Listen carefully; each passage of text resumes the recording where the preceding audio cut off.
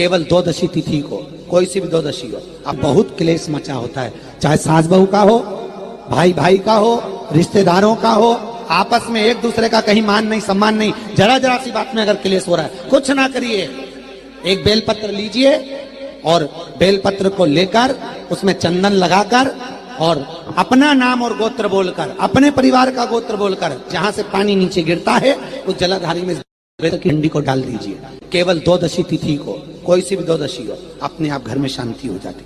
कुछ कहने की जरूरत नहीं पड़ेगी, ना बहू से ना सास से, बहुत प्रेम।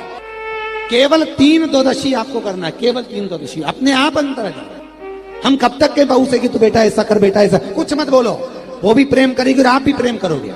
और केवल एक को प्रेम नहीं चाहिए कि आप कहो कि मैं बहू के लिए कर रही हूँ, बहू के लिए मैं सास के लिए, हमें उसका प्रेम नहीं चाहिए। आप तो पूरे परिवार के लिए करो कि आपस में सबका प्रेम बने। द्वादशी के दिन चावल क्यों खाओ?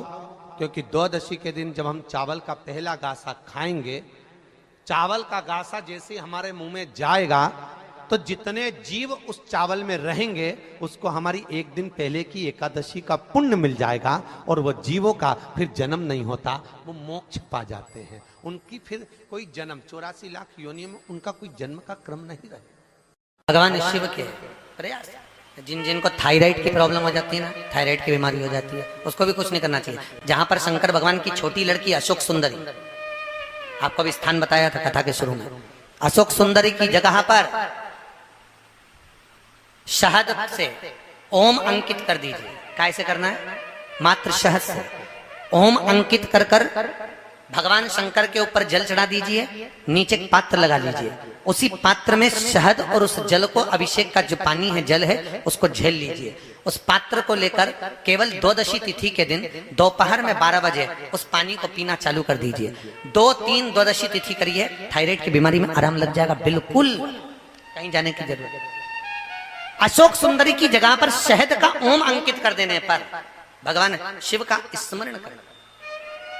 एक कटोरी में पंचामृत बनाकर ले जाते हैं, दूध, दही, शहद, घी, शक्कर, ये सब मिलाकर यदि आप लेकर जाते हैं और ले जाकर भगवान शंकर के सामने समर्पित करते हैं, एक बेलपत्री अशोक सुंदरी, अभी तक आपने जो बेलपत्री चढ़ाई अशोक सुंदरी के ऊपर, डंडी का मुख जहां से पानी बहता है उस ओर रखा जाता है। पर जब हमें ऐसा लग रहा है कि हमारे पितृ भूखे हैं या हमारे पूर्वज प्यासे हैं या उनको भाग नहीं मिल रहा, इसलिए मेरा कोई काम नहीं हो रहा, इसलिए शिव राजी नहीं हो रहा है, तो ये बेलपत्री के भाग को बदल दिया जाता है। ये बेलपत्री अशोक सुंदरी की जगह पर जब चढ़ाया जाता है तो ये पत्ती का जो भाग है जहां से पानी बहता है उस ओर रखा जाता है और ये डंडी का भाग शिवलिंग की ओर रखा जाता है। और यहीं पर भगवान शंकर को जो तुम पंचामृत बनाकर लेकर गए हो वो पंचामृत चढ़ाया जाता है और वही पंचामृत थोड़ा सा शिवलिंग पर चढ़ा दिया जाता है। उसके बाद में पितृ पूर्वज जल की आस नहीं रखते, न भोजन की आस रखते हैं, क्योंकि शंकर उनको तृप्त कर देते हैं, शिव उनको पूर्ण कर देते हैं। हिंदू धर्म, हमारा शास्त्र कहता है, हमारे शास्त्र, हमारे वेद डॉक्टर वर्णन करते हैं कि पीपल के पत्ते को अगर एकादशी और द्वादशी के दिन एक तांबे के पात्र में गला कर रख दिया जाए और उस पानी का आचमन 3 बार करा जाए तो जिसकी नाड़ियां चोक भी हो जाती है, डॉक्टर बोले इसका बाईपास करना पड़ेगा, उसको केवल 3 आचमन पानी एकादशी और द्वादशी को पीपल के पत्ते का कराया जाए तो अंदर की नाड़ियां भी खुल जाती हैं। पीपल के पत्ते का इतना प्रमाण हमारे विष्णु पुराण में वर्णन है। पीपल के पत्ते का इतना प्रमाण, पीपल के पत्ते का इतना लेख। जैसे कि चमड़ी सफेद पड़ जाती है तो उसको क्या करना चाहिए? केवल हिंदू धर्म में केवल एक पीपल का वृक्ष है जिसका पराग झड़ता है और वो रात्रि को लगभग 10 बजे से 12 बजे के भीतर, 9 बजे से 12 बजे के भीतर पीपल के पेड़ के पत्ते का पानी झड़ता है।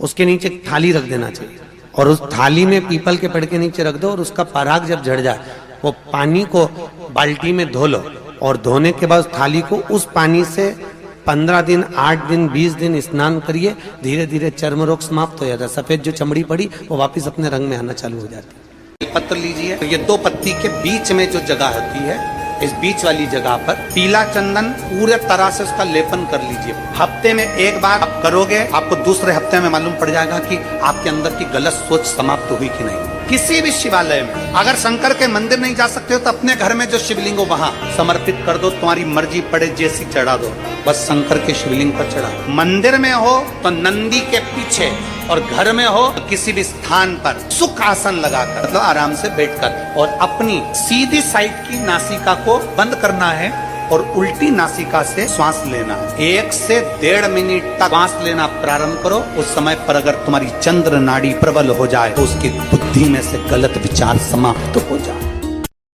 उस चढ़े हुए जल को जब आप थोड़ा सा लेकर आते हो, आपको बताया था ना कि खाली लोटा नहीं लाना चाहिए, खाली कलश शंकर जी के मंदिर से वापिस नहीं लाना। शंकर भगवान को जल चढ़ाया, चढ़ाने के बाद थोड़ा सा जल हाथ में या कटोरी में या कलश में झेल लिया, भले 2 बूंद लाओ पर अपने घर पर लेकर आओ।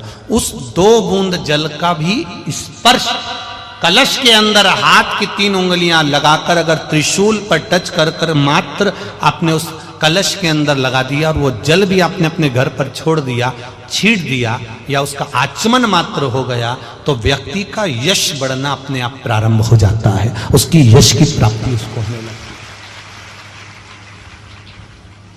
उसको यश की वृद्धि होने लगती, उसको यश की प्राप्ति होने लगती है। त्रिशूल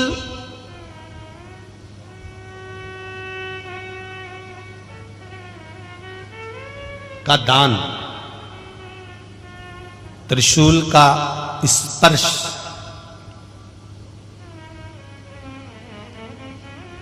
एक बहुत अच्छी बात कहना चाहेंगे, आपके स्मरण में रहना चाहिए, बहुत सुंदर स्मरण।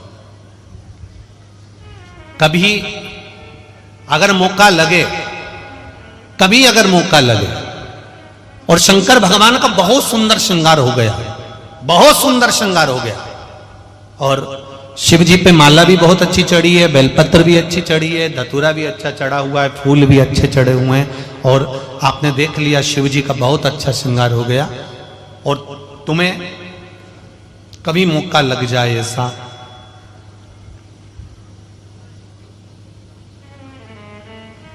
और तुम्हारे पास में एक अच्छी सुंदर सी माला हो पुष्प की,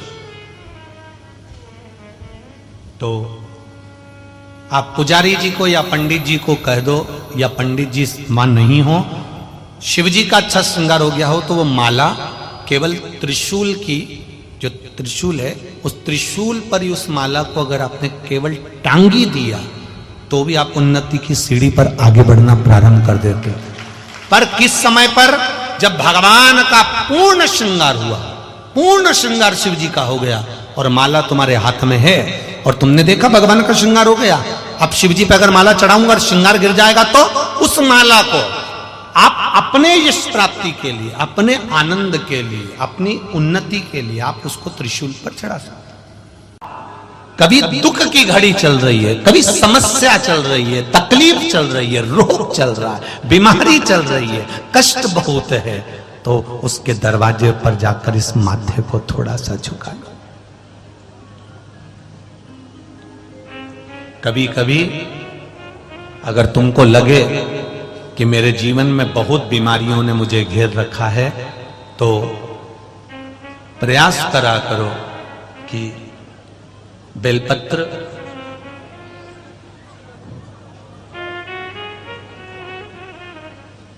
जो ये बेलपत्र होती है, इस बेलपत्र की जो ये डंडी होती है, इस बेलपत्र को अशोक सुंदरी वाली जो जगह होती है वहां पर इसका चढ़ाकर डंडी का जो भाग है वो शिवलिंग की ओर हो जाए, और यहीं से जल चढ़ाते चढ़ाते चढ़ाते चढ़ाते अशोक सुंदरी से जल चढ़ाते चढ़ाते ओमकार जैसा, ओमकार जब हम अशोक सुंदरी से चालू करेंगे तो वो जल पहले गणेश जी के पास जाएगा, फिर वापिस अशोक सुंदरी के पास आएगा, अशोक सुंदरी से कार्तिकेय के पास जाएगा, कार्तिकेय से महादेव के पास जाएगा।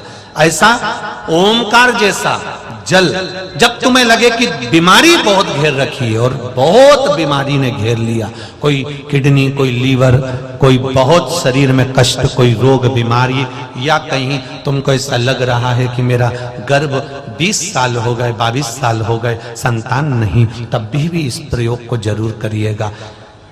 डंडी का मुख शिवलिंग की ओर, पत्ती का मुख अशोक सुंदरी की ओर। जल चढ़ाते समय अशोक सुंदरी से धार चालू कर कर गणेश जी पर, गणेश जी मालूम है ना सबको कहां गणेश जी होते हैं, कहां कार्तिकेय होते हैं, एक बार समझ लो उसको भी अच्छे से।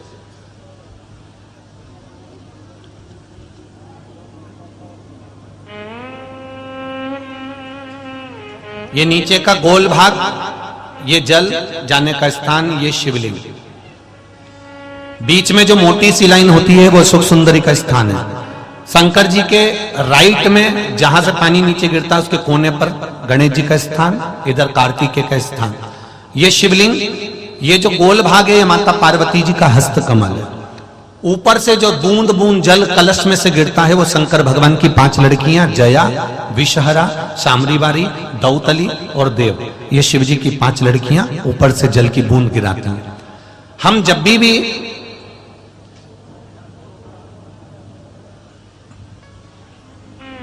अगर इस कार्य को कर रहे हैं तो बेलपत्री जो चढ़ा रहे हैं वो अशोक सुंदरी वाली जगह पर बीच में चढ़ा दिया, डंडी का मुंह के दरों। जल चढ़ाना यहीं से चालू करा, यहां से गणेश जी पर गया, गणेश जी से अशोक सुंदरी पर आया, अशोक सुंदरी से कार्तिकेय पर आया, कार्तिकेय से देवादिदेव महादेव पर आया। ये ओम बिंदु जल है, इसको हरिओम जल भी कहते हैं।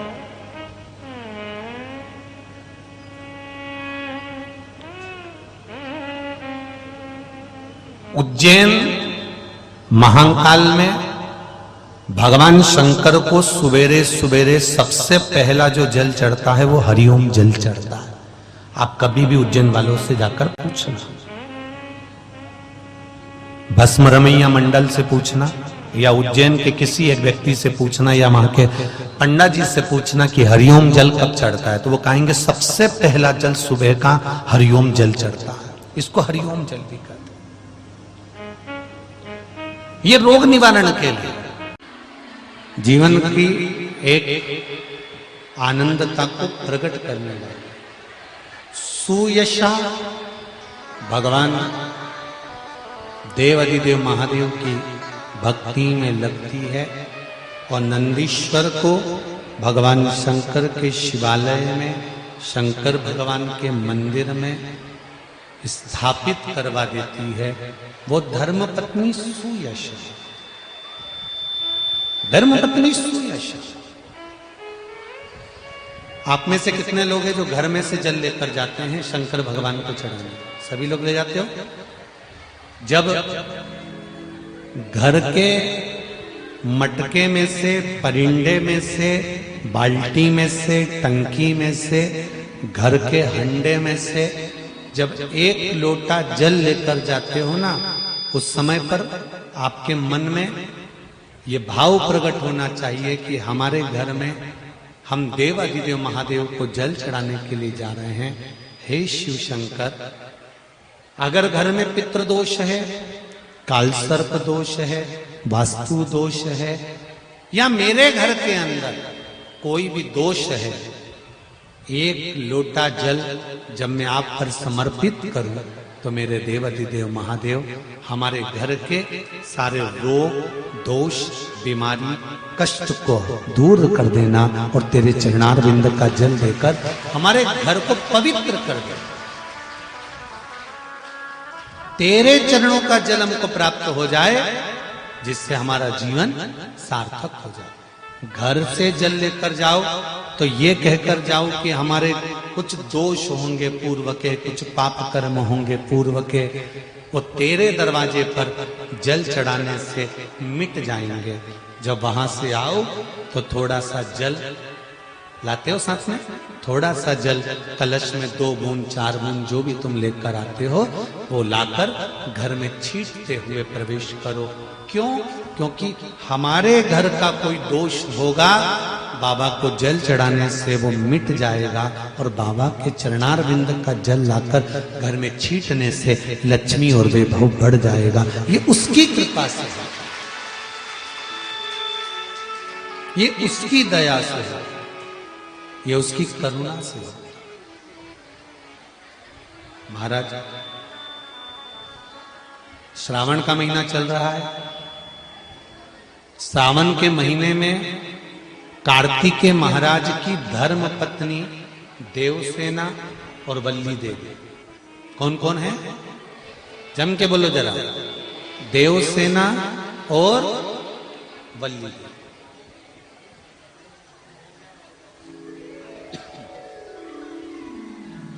देवसेना और वल्ली देवी ये कार्तिकेय महाराज की दो धर्म पत्नी है। इन्होंने शंकर भगवान की आराधना कब करी थी?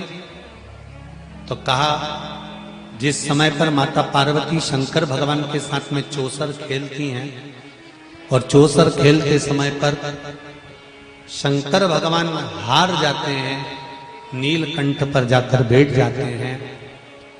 नीलकंठ पर से भगवान शंकर कार्तिकेय जी से बात करते हैं। भगवान विष्णु स्वयं पासा बनते हैं, रावण निर्णायक बनता है और कार्तिकेय के कहने पर वापिस पुनः शंकर भगवान चौसर खेलने के लिए माता पार्वती के साथ बैठ जाते हैं। फिर वापिस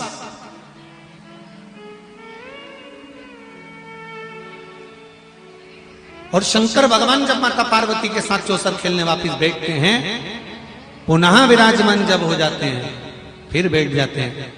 तब पार्वती मैया जब हारती हैं तो पार्वती जी के मन को यह लगता है कि हारने का कारण क्या है।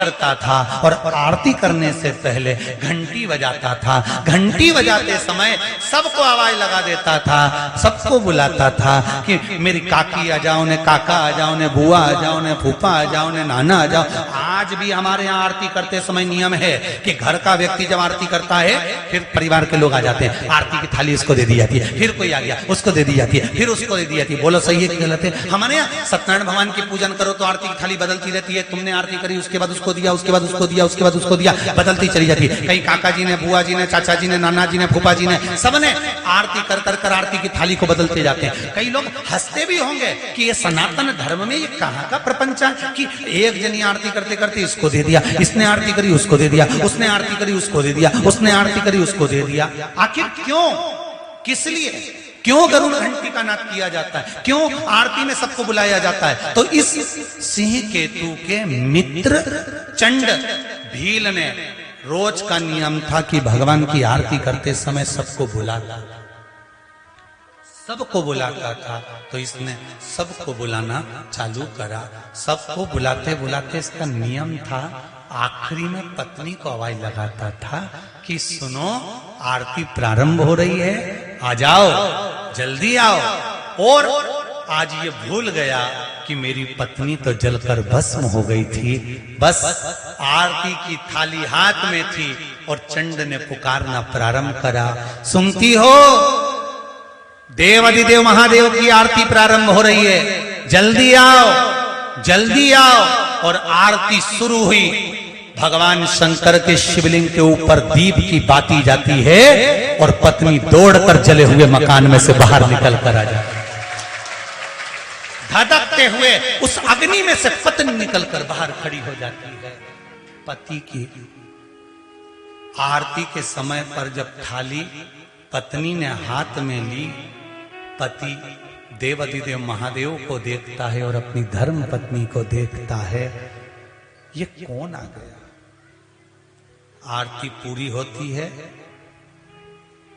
पति ने देवाधिदेव महादेव को प्रणाम कर कर अपनी धर्म पत्नी से पूछा, तुम कहां से आ गई?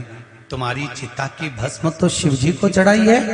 पत्नी कहती है, मैंने जब मकान में आग लगाया, आग लगाकर जैसे ही पहला चरण मैंने अंदर रखा, रखते से ही एक बूढ़ा सा बाबा और एक बुढ़िया सी माँ अपनी गोदी में अपने पल्लू से मुझे ढककर अंदर सुला ली और मेरी नींद लग गई थी। मुझे नहीं मालूम कि क्या हुआ। जैसे अभी वो बहन ने कहा कि डूम गिरा, पंडाल गिरा, बिजली चमकी, पानी गिरा, हवा तेज चली, 15 मिनट में कहां तहस नहस हुआ। मैं उस टेंट के अंदर थी, पर यह पता नहीं पड़ पाया कि मुझे बचा कौन रहा था, कौन था, कहां से आ गया, कैसे आ गया। ये बेटी वेंटिलेटर पर पड़ी थी, कहां से शिव आ गया, कहां से बचा लिया। वो गाय लकवा लग गया था, नीचे गिर गई थी, सारे डॉक्टरों ने कह दिया नहीं उठेगी, पर बाबा का नाम लेकर उठी तो सरीना। तो कहां से शिव आता है, कैसे शिव आता है, कहां पहुंच जाता है, ये मालूम तो पड़े। पत्नी से पूछा तू कैसे आ गई, कहा अंदर अग्नि में कोई बूढ़ा और बुढ़ी बैठे हुए थे और मुझे बचा लिया। और कहते हैं जा आरती चालू हो गई, उठो आरती हो रही है, जाओ। मेरे घर के बेटा और बेटी से निवेदन है, मेरे घर के बुजुर्गों से निवेदन है, मेरे घर की बहुओं से, घर के युवान बेटा बेटियों से निवेदन है, जिस समय तुम्हारे घर में आरती की आवाज आए, तुम नहाए कि ना नहाए, तुमने स्नान करा कि नहीं करा, उस आरती के समय पर उस दिए की एक झलक पाने के लिए मां के सामने, उस भगवान के सामने जाकर खड़े हो जाना। दुनिया का आधा दुख तो समाप्त हो जाएगा, आधा दुख समाप्त हो जाएगा। आज मंदिरों में मशीनों से आरती करी जा रही है, नगाड़े मशीनों से बज रहे हैं, घंटियां मशीनों से बज रही है। जरा उस आरती के महत्व को तो समझो कि पहले गांव में जब आरती होती थी, पूरे गांव के घर से एक एक व्यक्ति उस आरती में पहुंचते थे। सब नहीं जा पाते थे तो एक घर का व्यक्ति पहुंचता था। क्यों पहुंचता था कि जब वो आरती में से आता था तो आरती की बलैया लेकर जब वो घर में पहुंचता था, उसके आरती की बलैया लेते समय हाथ में जो आंच लग जाती थी, कपूर की लो लग जाती थी, वो घर के जिस अंग पर, घर में जहां जहां वो हाथ लगता था, उस घर से अला बला सब चली जाती थी। क्यों कहते हैं कि आरती में जाओ, क्यों कहते हैं कि घर में आरती हो तो मंदिर नहीं जा सकते, तो घर की आरती को अपनी खिड़की में से झांक कर तो देख सकते हो।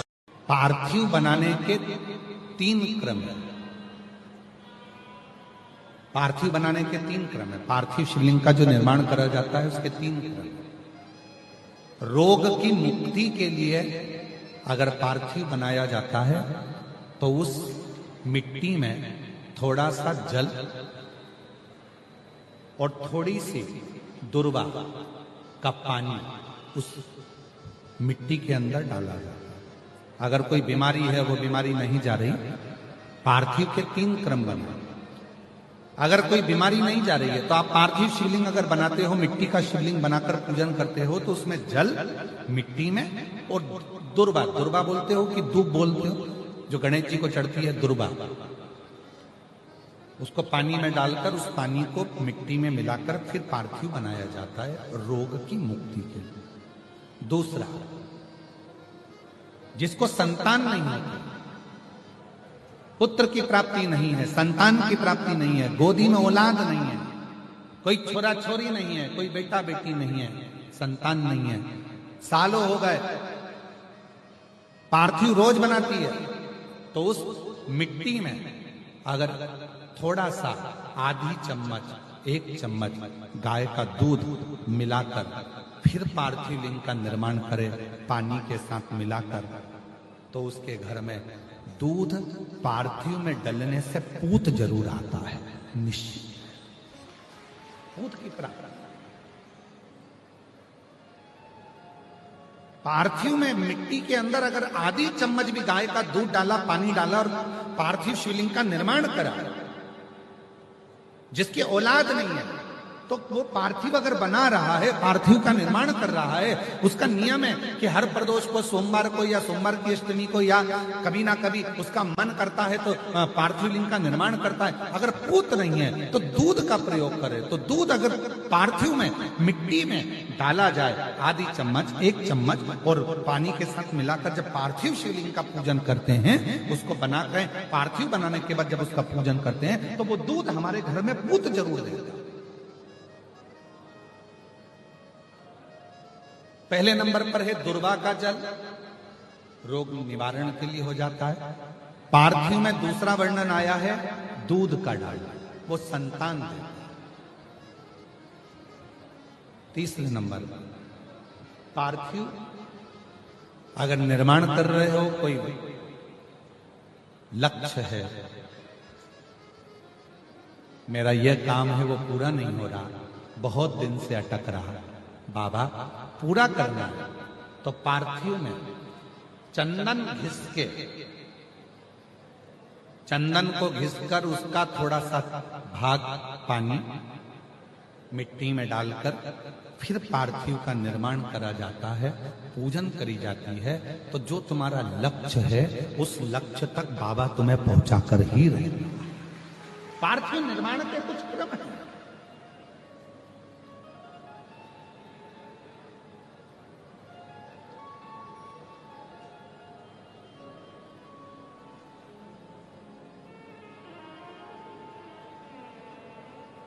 पार्थिव कैसे बनाया जाता है, किस कार्य के लिए बनाया जाता है? कई बेटियां ऐसी हैं, गुरुजी 32 साल की हो गई, शादी नहीं हो रही। गुरुजी लड़का 38 साल का हो गया, शादी नहीं हो रही। गुरुजी 28 साल का हो गया, शादी नहीं हो रही। तो भाई पार्थिव बना रहे हो ना, उसमें थोड़ा सा गाय का घी उस मिट्टी में थोड़ा सा 2 बूंद भी डालोगे तो बहुत है, और पानी से मसकर फिर उसका निर्माण कर फिर पार्थिव की पूजन करिए। कैसे विवाह नहीं होगा? भोले बाबा शादी करा के ही मानेगा। पार्थिव बनाने का नियम है। ऐसा नहीं है कि केवल पानी में मिट्टी को घोल लिया और पार्थिव लिंग का निर्माण कर लिया। हम 1.25 लाख बना रहे हैं, हम 2 लाख बना रहे हैं, हम 5 लाख बना रहे हैं, हम 1 करोड़ बना रहे हैं, हम 20 करोड़ बना रहे हैं। बनाओ, मना नहीं है, पर पार्थिव बनाने के भी अलग अलग नियम है। कौन सी चीज के लिए, किस चीज के लिए पार्थिव बना, किस चीज के लिए पार्थिव? जो तुमसे कहे कि मेरे घर में लक्ष्मी नहीं है, मैं बहुत डिप्रेशन में चल रही हूं, बहुत टेंशन है, बहुत तकलीफ है, बहुत कष्ट है, बहुत कष्ट। प्रत्येक महीने शिवरात्रि आती है, पंचांग में, कैलेंडर में लिखी होती है। और कई लोग कहते हैं हमको मालूम नहीं पड़ता कि कब शिवरात्रि आ गई, कब चले गई। तो अब की बार हम भी विचार कर रहे हैं कि पूरे साल की शिवरात्रि हमारी सोशल मीडिया पर हम पूरे साल कौन से महीने में शिवरात्रि कितनी तारीख को आएगी, वो एक कैलेंडर जैसा हमारा जो फेसबुक है, हमारा जो यूट्यूब है, इंस्टाग्राम है, हम उसको प्रयास कर रहे हैं कि उस पर हमारी विठलेश सेवा समिति के द्वारा पूरे महीने की शिवरात्रि पूरे शिव भक्तों के सोशल मीडिया पर पहुंच जाए, जिससे लोगों को ध्यान रहे कि इतनी तारीख की शिवरात्रि है, लोगों के स्मरण में रहे कि इतनी तारीख को शिवरात्रि आएगी, मासिक शिवरात्रि इतनी तारीख को है, मासिक शिवरात्रि इतनी तारीख को है, उनके सबके स्मरण में रहे।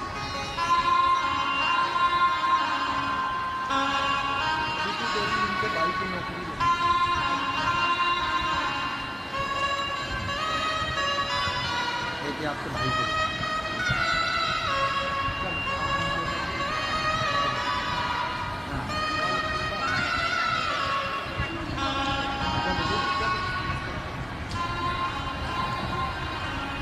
एक पार्थिव शिवलिंग का निर्माण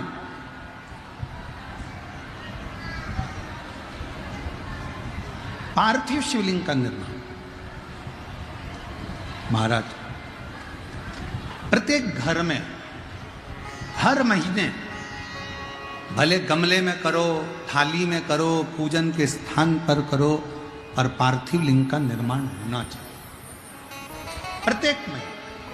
और फिर निवेदन करें, जिसकी जिंदगी में कर्जा ही कर्जा डूबा हुआ है, कर्जे में लदा लूम हो और कोई उन्नति हो ही नहीं रही, बहुत कष्ट में हो गए, तो प्रदोष के दिन बेलपत्री के वृक्ष के नीचे दीप लगाएं, शिवजी के मंदिर में जाकर दीप लगाएं और अपने घर के दरवाजे पर दीप लगाएं। प्रदोष के दिन बेलपत्र के वृक्ष के नीचे लगाया गया दीपक, शिव मंदिर में लगाया गया दीपक और अपने दरवाजे पर लगाया गया दीपक ये तीनों जब एकाग्रित भाव से दीप लगाए जाते हैं तो ब्रह्मा विष्णु महेश हमारे कार्य की सफलता देते ही हैं।